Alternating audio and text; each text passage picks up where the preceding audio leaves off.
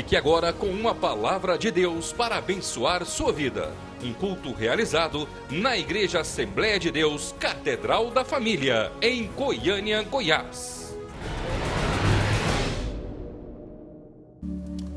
Diz assim a palavra do Senhor: revesti-vos, pois, como eleitos de Deus, santos e amados, de ternos afetos de misericórdia, de bondade, de humildade, de mansidão e de longanimidade.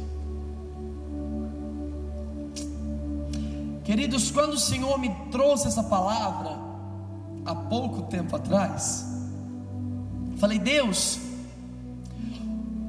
eu não entendi bem o que o Senhor quer falar através dessa palavra. Eu não compreendi aonde o Senhor quer chegar através dessa palavra. E eu reli aqui, eu cheguei aqui, sentei de novo, li de novo, falei: Deus, o que é que o Senhor quer falar através dessa palavra? E na hora que eu estava lendo, me veio uma lembrança. Irmãos, eu sou meio louco para pregar, então, mas os irmãos vão entender. Me veio uma lembrança. Quando eu li essa passagem, eu falei: Deus, me veio uma lembrança. Eu falei: Deus, essa lembrança é do Senhor, porque eu não estou entendendo que lembrança é essa. Primeiro o Senhor me dá essa palavra, eu não consigo nem ver a interpretação, e depois o Senhor me traz essa lembrança. Deus me trouxe a lembrança de um gatinho. Deus me trouxe a lembrança de um gatinho, de uma gatinha, na verdade, que a minha esposa apaixonou nessa gatinha. Nós fomos na casa do Roger e do Henrique, e chegou lá, tinha uma amiga deles lá que tinha um filhotinho de gatinho, uma ninhada de gatinho lá. E a minha esposa, linda e maravilhosa, foi lá e falou: eu quero um gatinho desse, aquela coisa toda, né? Falei: tá bom, né? Então vamos lá. E ela pegou essa gatinha. Irmãos, foi amor à primeira vista da minha esposa com essa gatinha. Foi amor à primeira vista. Ela olhou essa gatinha e ela pegava e eu vou ser sincero, foi amor à primeira vista meu também, mas vou colocar a minha esposa. Foi amor à primeira vista dela. Ela pegou essa gatinha e a gente já pegou, já colocou dentro do carro e levou para casa, e era a coisa mais linda. A gatinha branquinha, né? Branquinha com cinza, olho azulzinho, né? O sonho da gente ter um filho, né? Branquinho do olho azulzinho, mas meu bem, vai ser impossível, né? Sinto me informar. Mas beleza, a gente pegou essa gatinha e levou para casa. E até então, irmão, era uma graça, era um amor, era lua de mel mesmo, sabe? Sabe aquela lua de mel quando você namora com a pessoa e você não quer desgrudar da pessoa? Pois é, era a gatinha. Minha esposa apaixonou nessa gatinha. Para completar depois, ela pegou um gatinho para a irmã dela. Só que a irmã dela foi passando o tempo, não quis mais o gatinho. E aonde o gatinho foi parar? Né? Os irmãos já sabem. O gatinho foi parar lá, na casa da minha esposa. Na época era minha noiva. Beleza, e era um amor. E o gatinho era meio vesgo, então a gente chamava de Vesguinho ou de Luan Santana. Mas ele era meio ele era meio vesguinho. Então beleza, a gente pegou esse gatinho, e esse gatinho era um amor com a Helena. Era um amor. Aonde a Helena ia, o gatinho ia atrás. Se ela deitava no sofá, o gatinho deitava em cima dela. E não tinha problema. Minha sogra chegava na casa dela lá, meu Deus do céu, já começava: nossa, que fedor de gato. Ei, meu Deus do céu, misericórdia, eu vou jogar esse gato pela janela, e quem dizer o quê? Mas a Helena Albernaz, minha esposa, estava preocupada. Se o gato cheirava mal, ela nem sentia. Se o gato minhava a noite inteira, ela nem ouvia, né? Para ela era tudo bom. Se o gato fazia xixi na cama, aí não era bom, mas para ela não tinha problema, era lua de mel. Só que o tempo vai passando e você sabe que o relacionamento vai desgastando, né? Você sabe que, né, no começo era vacininha, era pra cá, raçãozinha. Depois fica com preguiça de comprar raçãozinha, aí põe um peixezinho lá. Depois fica com preguiça de pôr um peixe, põe milho pro gato. Mas beleza, a relação vai desgastando.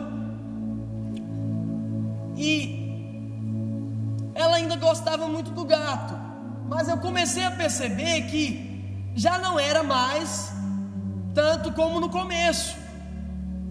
Já não era mais aquela relação tão afetiva. Igual a minha irmã ganhou um coelho, nos primeiros meses era um amor, depois já tinha passado namoro, já tinha passado a lua de mel, então já se viam presos ali, né? Um exemplo. Mas assim, aquilo que era um presente já tinha se tornado um fardo. Eu lembro quando a minha irmãzinha ganhou um coelho, meus pais falaram: olha, você que vai cuidar dele, você que vai cuidar, você que vai limpar a sujeira, você que vai dar comida, você que vai dar banho, você que vai fazer tudo. Nossa, no começo não precisava nem pedir, mas depois ela começou a ficar meio, né?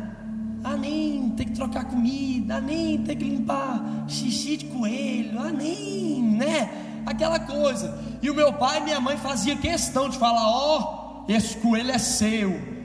Mas pensa numa bichinha que ficava brava, rapaz.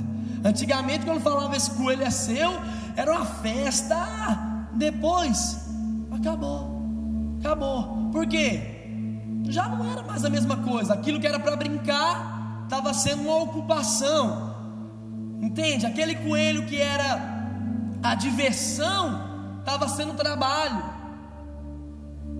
Então foi se desgastando ao longo do tempo. Isso foi se perdendo, esse relacionamento ao longo do tempo. Eu dei esse exemplo aqui para trazer um pouco para os nossos dias, só para descontrair, mas para trazer para a nossa vida. Às vezes não é um cachorro, não é um gatinho, não é um animal de estimação, mas muitos de nós temos nos vistos presos por uma esposa, talvez, ou por um esposo, que o namoro já passou, a lua de mel já passou, e agora você se vê obrigado a viver com aquela pessoa. Ou talvez não é um esposo ou uma esposa, talvez é o seu irmão, que quando ele nasceu, o caçulinha era o xodó da família. Agora, meu Deus do céu, meu Deus, meu irmão tem que ir embora de casa, não aguento mais esse chulé dentro do meu quarto. Não é assim? Não aguento mais. Às vezes não é o seu irmão, mas é o seu pai e a sua mãe, que você não aguenta nem mais ver, mas você é obrigado a conviver com eles. Existem muitas formas de relacionamento, muitas formas, e que você se vê obrigado a conviver com elas. Quantos estão entendendo aqui, irmãos? Mas na frente vocês vão compreender melhor. Você se vê obrigado a conviver com elas. E eu criei até uma siglazinha para isso. Eu criei até meu termozinho para isso. A sigla é PPS. PPS. Alguém sabe o que significa? Preso para sempre. Você está preso para sempre a viver com aquela pessoa ali. Preso para sempre. PPS. PPS. Eu criei essa siglazinha para mim. E além de criar essa siglazinha para mim, eu criei até um manual de funcionamento para isso aí. Eu sou bem criativo, irmãos. Tem hora que eu acho que, meu Deus, nem acredito que eu sou casado, irmãos. Que eu sou tão, minha imaginação é tão fértil. Eu falo, Jesus do céu. Mas então, eu criei até um manualzinho de termos, de funcionamento para a sigla. A sigla é PPS, Preso para Sempre. E eu criei um manualzinho. Olha, tem 3 formas de você lidar com esse PPS, presos para sempre. A primeira forma é você o quê? Fugir, correr. Tem pessoas que não aguentam, não é assim? Não aguento mais meu esposo, vou fazer o quê? Fugir. Aí vem, né? Separação, divórcio, vou fugir, não aguento mais. Aí, para surpresa dela, a outra pessoa faz o quê? A mesma coisa, foge também. Não aguento mais aquela pessoa, nossa, vou o quê? Vou dar no pé, vou fugir. Quer se ver livre dos relacionamentos que não dão certo. A segunda opção de você lidar com o PPS que eu criei é você brigar. Ou você foge, ou você briga. É por isso que tem um monte de relacionamento. Eu estou dando exemplo aqui de casais, mas é em geral. Tem um monte de relacionamento que só vive em pé de briga. Famílias que estão sendo destruídas por quê? Porque só sabem brigar. Irmãos que não se entendem por quê? Só sabem entrar na porrada, entre aspas, porrada, brigar. Não é assim? Amigos que eram amigos e que já não são mais, porque vivem brigando. Filhos com pai, a própria Bíblia fala, né? Nos últimos tempos, pais matarão filhos, é filho brigando com pai, pai brigando com filho, e aquela desunião, aquela contenda. Por quê? Porque preferem brigar. A primeira opção é, a segunda, e tem a terceira opção para o meu PPS. E a terceira opção eu acho a mais top. É no tanto que a terceira opção eu nem coloquei no meu manual. A terceira opção está na Bíblia.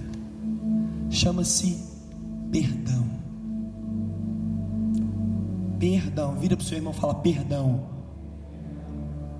Vira para ele de novo e fala assim: a primeira opção é fugir. A segunda opção é brigar. A terceira opção é perdoar. Perdoar. Isso eu nem coloquei, passou no meu manual, porque a Bíblia já está dizendo. E sabe qual que é o maior exemplo dessa opção? É Jesus Cristo. É Jesus Cristo. Agora preste atenção. Agora que eu vou entrar na mensagem. Jesus Cristo veio ao mundo. Com 30 anos começou a exercer seu ministério. E ao começar a exercer seu ministério, ele escolhe 12 pessoas para estar ao lado dele. Ao começar o seu ministério, Jesus escolhe 12 pessoas que ele fala: olha, essas 12 vão viver comigo. Essas 12 vão andar na mesma estrada que eu for. Essas 12 vão dormir no mesmo lugar que eu dormi. Essas 12 pessoas vão comer da mesma coisa que eu comer. Aonde eu estiver, elas estarão. O que eu fizer, elas farão. E ele vai lá e escolhe esses 12 discípulos, 12 pessoas que estarão com ele em todos os momentos, em quaisquer circunstâncias. Agora que eu quero que você preste atenção. Jesus começou a escolher os 12 discípulos. Vamos pegar Pedro,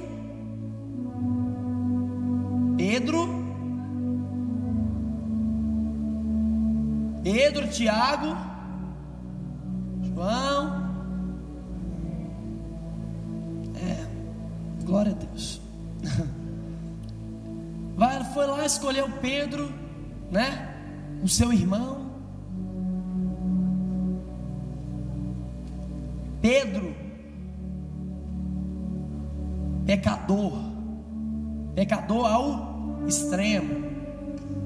Tiago, pecador ao extremo. Ele foi lá e escolheu. Depois, mais na frente, ele caminha, escolhe alguns outros. De repente chega e vê um cobrador de impostos, considerado pela época uma das piores raças de pessoa, né? Cobradores de impostos. Foi lá e escolheu Mateus, cobrador de impostos. E foi escolhendo só essa, né? Só essa nata de gente, só essa galera. Agora eu quero que você pense, imagine um pouquinho. Viaja comigo um pouquinho aqui, irmão, na história aqui. Viaja um pouquinho. Jesus escolheu 12 pessoas que estavam 24 horas com Ele por dia. E essas pessoas que ficavam 24 horas por dia com Ele eram praticamente os melhores amigos de Jesus. Eram aqueles a qual Ele convivia. Agora você imagine que Jesus, Ele ainda fala bem assim, ó. A Bíblia fala que Deus escolhe as coisas loucas deste mundo para confundir a... Agora você imagine que aqueles 12 discípulos eram os 12, tudo louco, tudo aqueles, né? Aquela raça que a sociedade... Você imagina. Imagina agora que Jesus convivia com eles, convivia com as esquisitices deles, convivia com os erros deles, e além de conviver com os erros deles, convivia com o interior deles. Como assim, irmão Léo? Imagina que Jesus, Ele não só via o que você vê. Você olha para o seu irmão, para o seu amigo, e o seu irmão comete um pecado contra você. Você fala: misericórdia, esse irmão cometeu isso contra mim, e que não sei o que. Mas se aquele irmão não tivesse cometido aquilo com você, você continuaria amigo dele do mesmo jeito, não era assim? Era ou não era? Se o seu irmão não fizer nada contra você, você vai ficar com raiva dele? Lógico que não. Mas no entanto, tem muitos amigos seus, eu te garanto, que olha para você e te deseja o pior, meu querido. Muitos amigos seus que chegam assim e falam: ah, eu te amo, pelas costas, ó, quer te esfaquear. Imagina que tem muita coisa que você fala para um amigo seu, que ele ouve e por dentro ele ri da sua cara. Você consegue ver essas coisas? Você consegue ver isso? Não consegue. Agora imagina que Jesus, Ele não via só o que os discípulos faziam, Ele via o que estava na mente. Ele via as dúvidas dos discípulos. Ele via quando ele falava alguma coisa para os discípulos, e os discípulos duvidavam. Ele via quando ele fazia alguma coisa e os discípulos no coração criticavam. Ele via, não via? Imagina que Jesus escolheu a Pedro, sabendo que Pedro iria negar ele na hora da morte. Imagina que Jesus escolheu Tomé, sabendo que Tomé duvidaria da ressurreição dele. Imagina isso, irmãos. Imagina você amar alguém. Imagina você amar algumas pessoas que quando você estava prestes a morrer, eles discutiam entre si qual deles era o melhor. Imagina você saber que você está prestes a ir para a cruz, para o sofrimento, e você olha para aqueles que estão do seu lado e eles estão pouco se lixando. Imagina isso, irmãos. Imagina que ele conviveu o tempo inteiro da vida dele. Aí sabe o que eu fico maravilhado com Jesus, irmãos? Todas as vezes que Jesus se ajoelhou na palavra, a parte mais linda é quando ele se ajoelha em João capítulo 13. Ele sabia de todos os erros dos discípulos.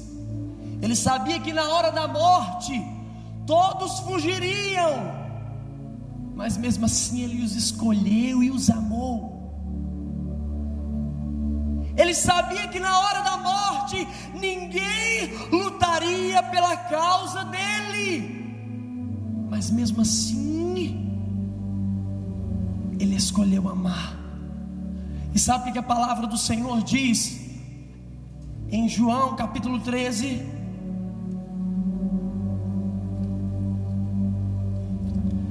Jesus é uma das passagens mais lindas.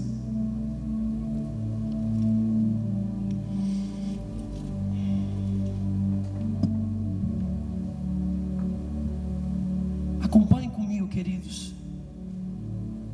Ora, antes da festa da Páscoa, sabendo Jesus que era chegada a sua hora de passar deste mundo para o Pai, tendo amado os seus que estavam no mundo, amou-os até o fim.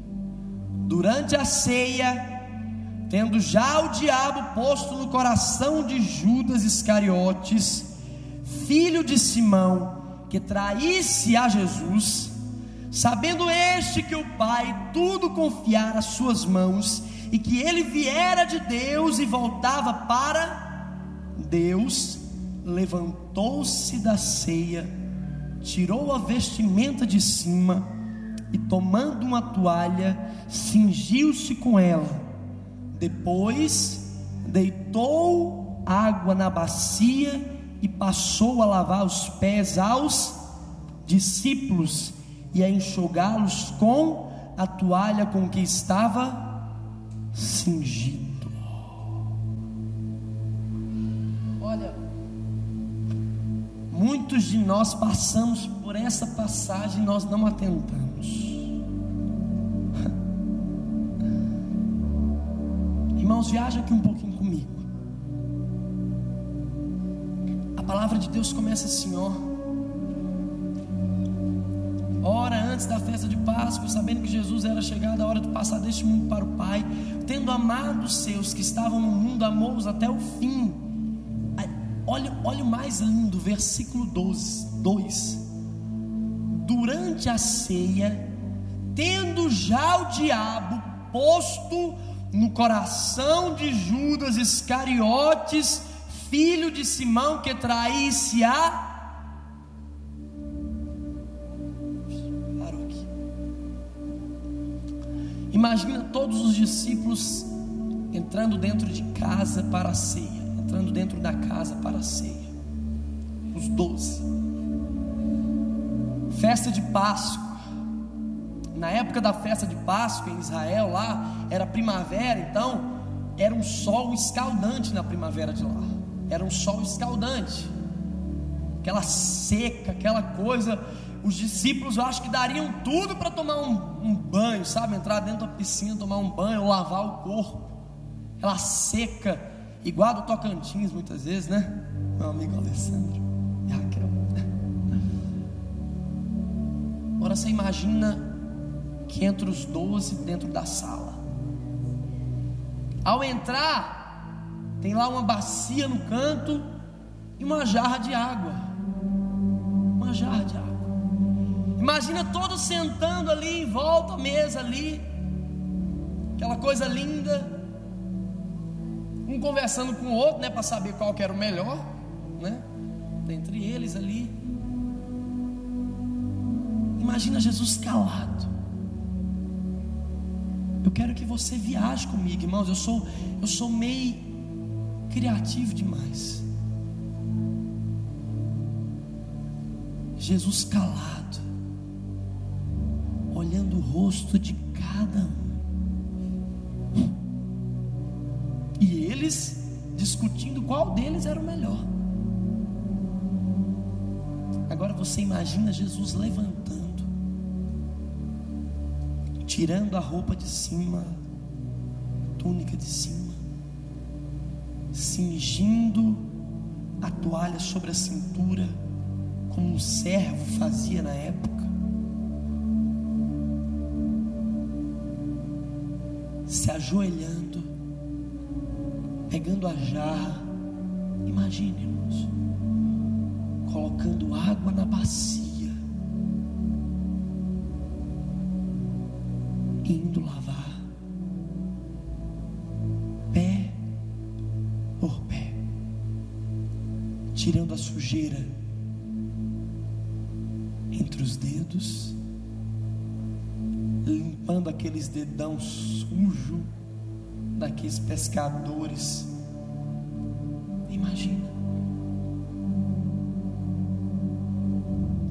Imagine agora que as mãos que criaram os céus estavam limpando o dedão dos discípulos. Imagine agora que as mãos que desenhou as estrelas estava limpando a sujeira dos pés dos discípulos. Imagine agora que as mãos que desenhou você estava lavando os pés dos discípulos. Você consegue imaginar a dimensão? E ele sabia que aquelas mesmas mãos que criou tudo e que estava lavando os pés dos discípulos, daqui a alguns instantes estaria pregadas na cruz.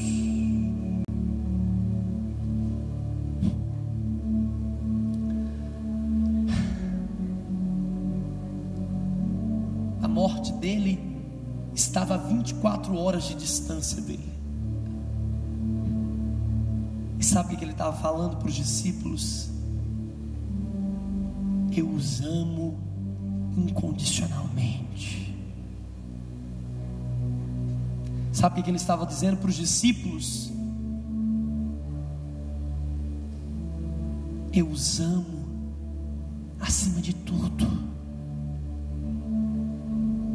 Sabe o que ele estava fazendo? Ele não estava só removendo a sujeira dos pés dos discípulos, ele estava removendo toda a dúvida que havia no coração dos discípulos.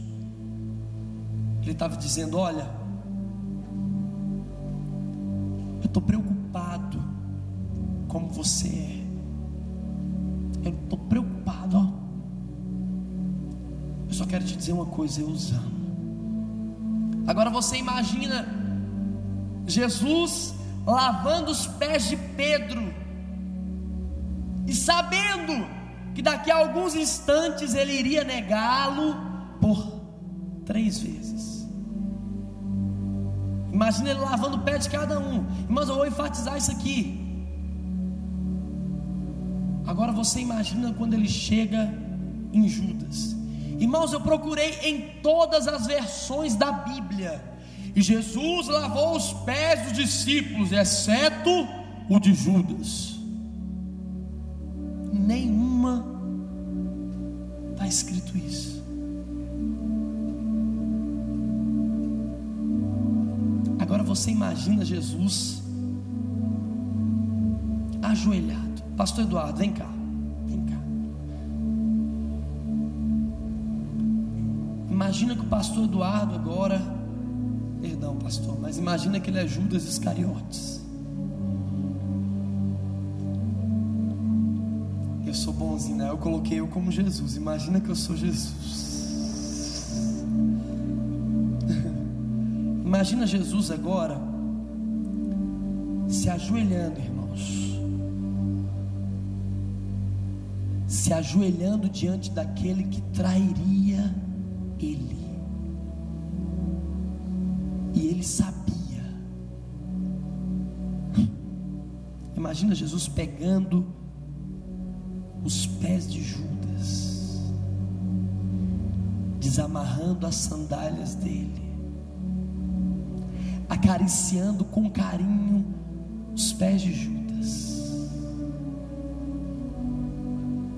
lavando os pés de Judas com carinho, limpando cada dedo, cada sujeira,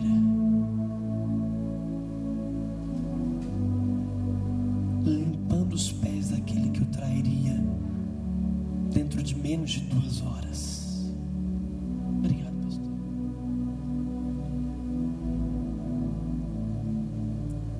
Você consegue imaginar isso?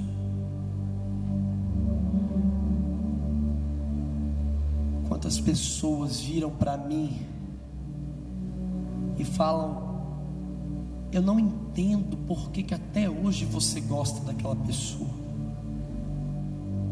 Eu não entendo por as intenções do coração dela é totalmente erradas.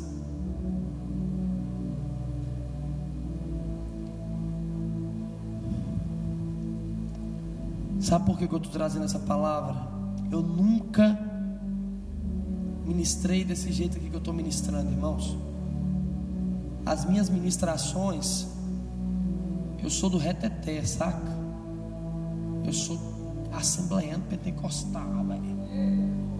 Eu sou de lá. Não entendo por que eu estou ministrando isso aqui, mas eu ministrei essa palavra até aqui, sabe por quê? Jesus manda dizer para pessoas aqui que está na hora de você quebrar o seu orgulho e lavar os pés do seu irmão. Está na hora de você quebrar o seu coração de pedra e lavar os pés daquele que você odeia.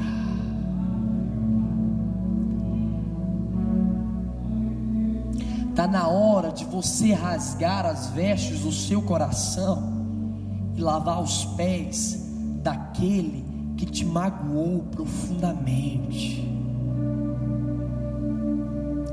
E eu vou mais além um pouquinho.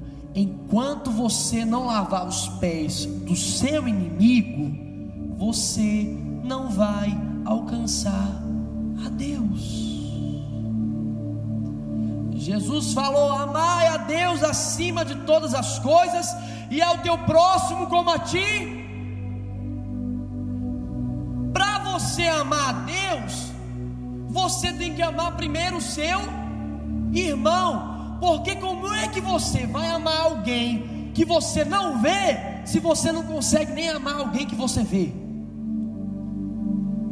Fala para mim, irmãos. Mas eu amo, eu perdoo, mas eu de cá e ele de lá. Isso não é amor. Jesus não fez isso. Jesus pegou o traidor dele e colocou do lado dele. Jesus pegou aquele que ia negar ele e falou: sobre ti eu edificarei a minha igreja. Eu vim ministrar essa palavra aqui hoje para te dizer só uma coisa, meu querido. Não adianta você orar, não adianta você buscar, não adianta adianta você levantar as mãos e glorificar a Deus, não adianta você cantar hinos belos de louvor ao Senhor, não adianta se você não tem amor pelo seu próximo, se você não tem o amor por aquele pai que nunca cuidou de você e sempre te decepcionou. Não adianta se você não tem amor por aquela mãe que só te maltratou durante a infância e a juventude. Não adianta se você não tem amor pelo seu esposo, pela sua esposa, pelo seu irmão, pela sua amiga que furou o seu olho com o seu namorado, pelo seu amigo que te traiu, que te decepcionou, que te frustrou. Não adianta. E eu falo com toda a propriedade e clareza, com toda a propriedade e clareza da minha vida. O que está faltando hoje na igreja, sabe o que é? Todo mundo prega tanta coisa, pastor. Ah, porque você tem que fazer isso, porque você tem que fazer aquilo, porque você deixou de fazer isso, porque não sei o quê. Mas esqueceram de pregar a principal palavra e o eixo do Evangelho de Cristo, que é amor. E a palavra de Deus diz: nos últimos dias o amor de muitos se... Será que você não consegue enxergar?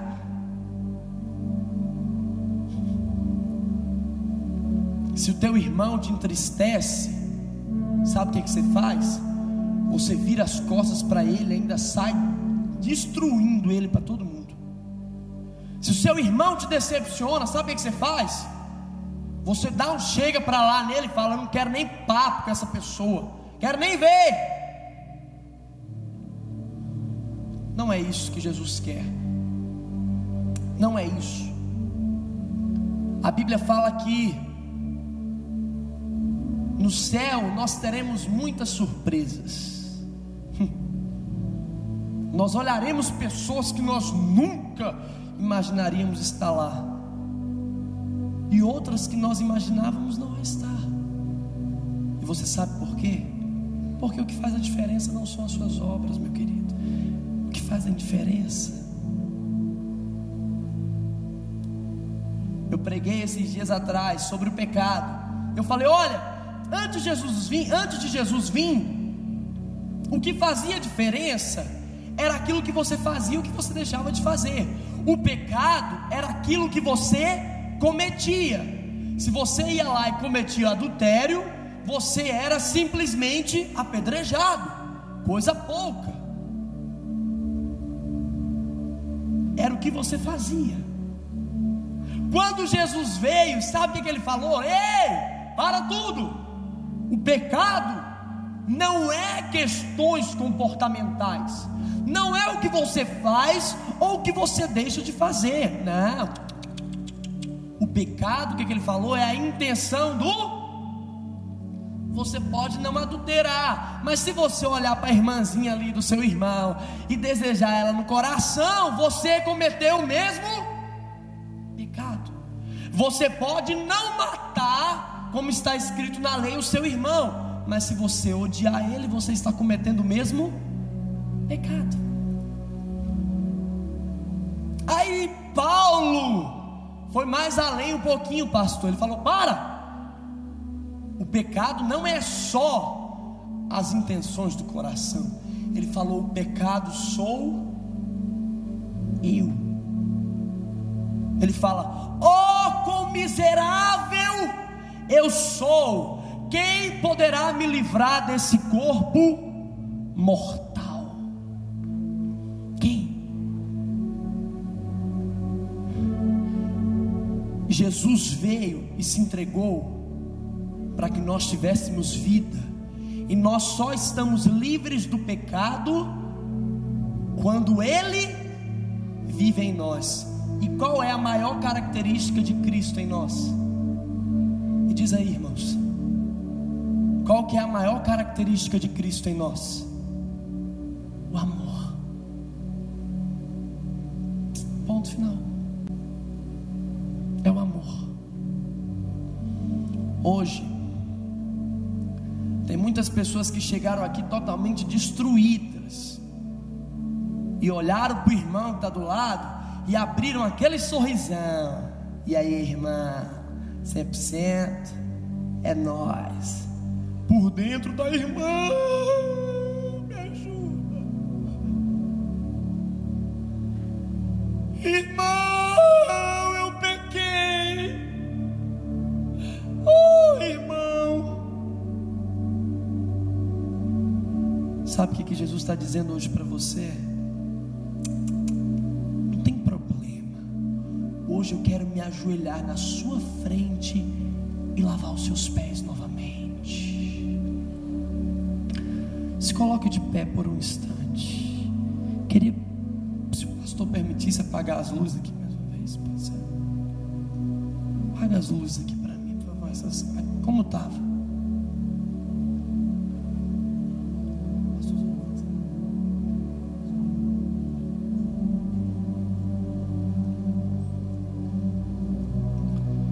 Feche os seus olhos. Olha, quem já me viu ministrar sabe que a minha ministração é totalmente diferente disso aqui. Mas hoje eu fiz aquilo que Deus mandou eu fazer. Hoje eu fiz aquilo que Deus mandou eu fazer.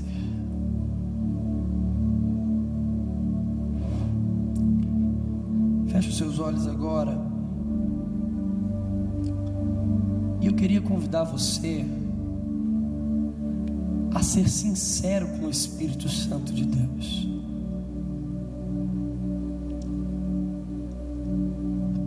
A ser sincero com Ele.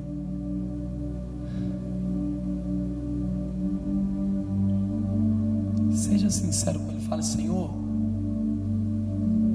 Tu sabes o quão podre e o quão miserável eu sou. Tu sabes que na frente dos outros eu sou uma coisa, mas lá na minha casa eu sou outra. Mas é só o Senhor que sabe. Começa a falar para Ele agora.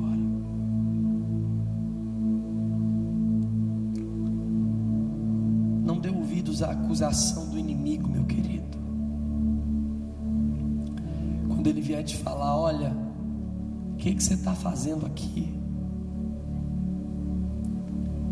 Para que você está levantando as mãos?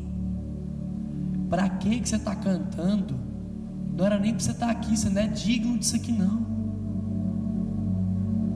Ou acorda, você não é digno. Lembra lá na internet, quando você estava vendo aqueles vídeos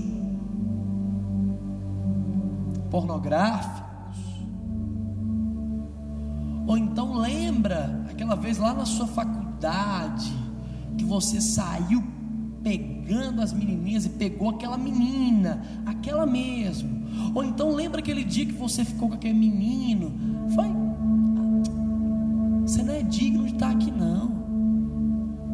Ou acorda, você é pecador. Não dê ouvidos à mentira do inimigo. Não dê ouvidos, não dê ouvidos. Porque naquela mesa, o único que era digno era Jesus.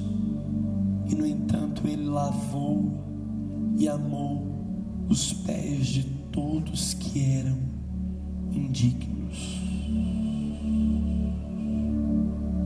Lavou os pés de todos.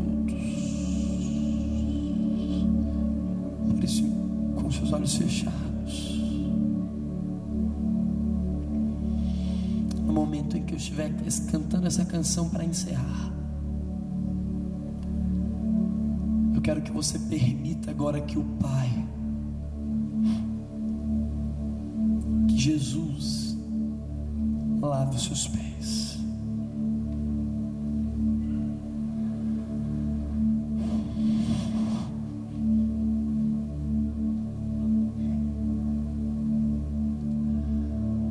Deus enviou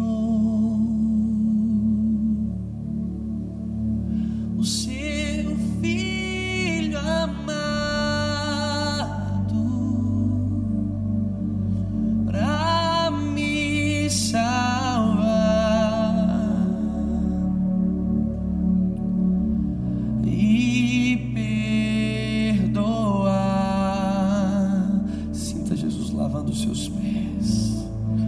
Na cruz morreu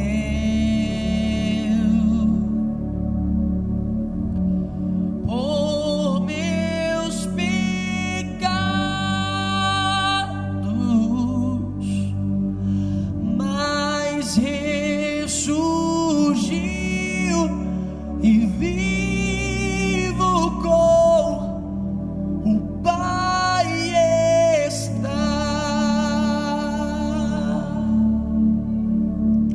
porque Ele vive. Posso crer no amanhã, porque Ele vive. Temor não há, mas eu bem sei, mas eu bem sei.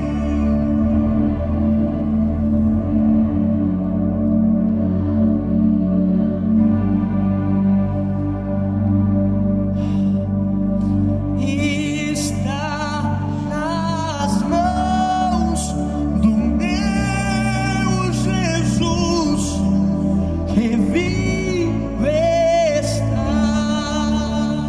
Com seus olhos fechados, sinta Ele. E quando enfim, olha, se você quiser ajoelhar, sentar, abraçar o seu irmão, eu quero que você agora, durante esse momento que eu estou cantando essa canção, não fique desapercebido, meu querido, porque você tem ideia do que é Jesus pedir para você: ei, deixa eu lavar seus pés, deixa eu lavar seus pés. E quando enfim chega a hora em que a morte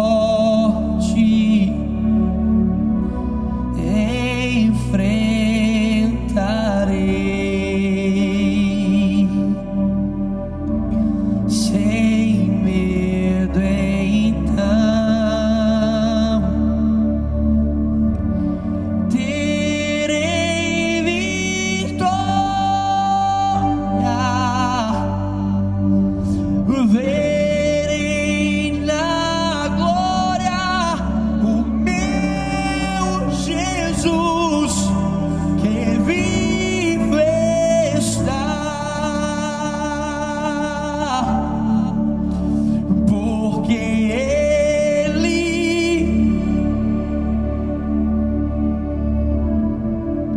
eu posso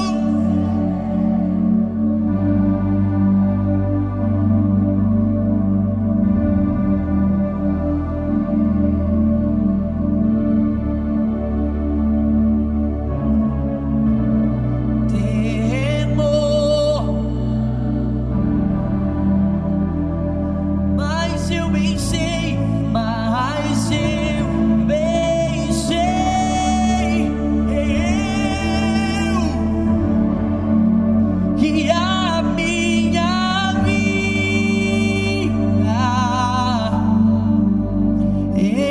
está nas mãos do meu Jesus, que vive está. Diga: mais eu bem sei, cante. Mas eu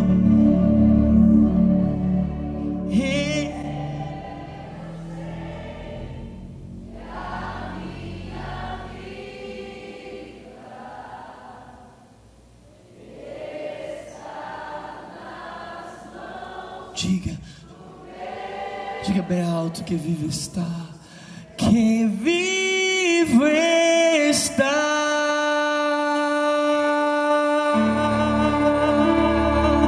Se você crê nisso, levante as suas mãos e aplauda.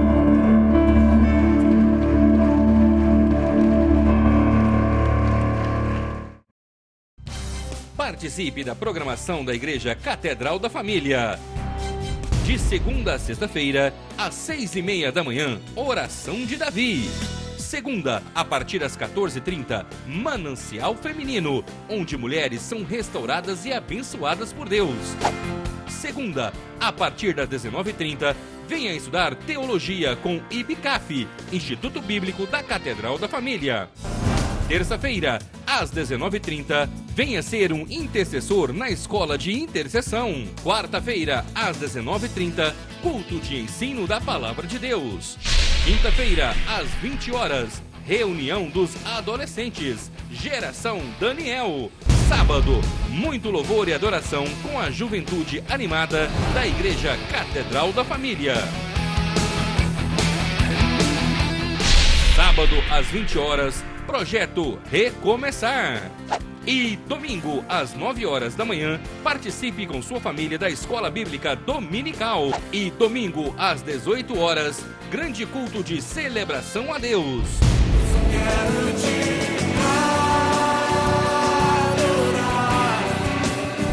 A Igreja Catedral da Família disponibiliza ainda para você cursos para edificar a sua vida. MMI, Casados para Sempre. CRAU, Cursos para Finanças. Educando Filhos à Maneira de Deus. Alcançando o coração do seu adolescente. Veredas Antigas. ONI, Curso para Noivos. De domingo a domingo, uma programação recheada de muita alegria, unção e bênçãos de Deus. Informações 3281-4918 ou acesse o site www.catedraldafamilia.com.br.